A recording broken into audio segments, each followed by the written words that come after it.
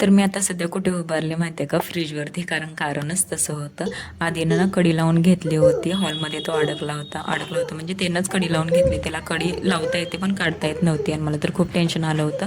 मी आणि श्री रूममध्ये, हॉलच्या आणि रूमच्या मध्ये एक दरवाजा आहे ना, ते हॉलमधून कडी आहे, रूममधून नाही आहे. आणि त्यानं घातली होती कडी. आणि असं कधी होत नाही शक्यतो, कधी कडी घालत नाही एकटा जरी असला तरी, पण आज घातली होती.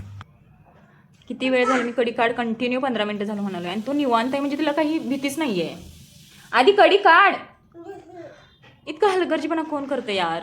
ॲटलिस्ट आपण आपण आपल्या इथं कोणच नाहीये, आपण अडकून बसलो इथे, एवढं पण समजत नसेल का.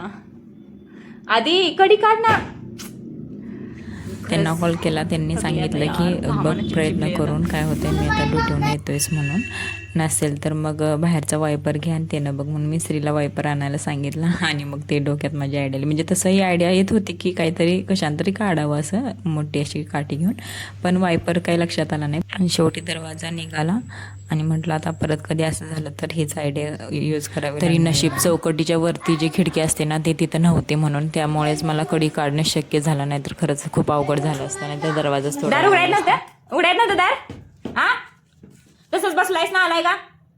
दार का उघडलं नाहीस. कधीपासून मी आवाज देत होतो कडी काढ कडी काढ, का काढली नाहीस. आगाव कुठला, का काढली नाहीस कडी, का काढली नाहीस. मजा वाटत होती तुला, मजा येत होती. अशा वेळी मात्र मुलांच्या तोंडातून अजिबात आवाज फुटत नाही. बरं असो, तर माझा व्हिडिओ मी इथेच एंड करते. भेटू आपण नेक्स्ट व्हिडिओमध्ये. तोपर्यंत बाय.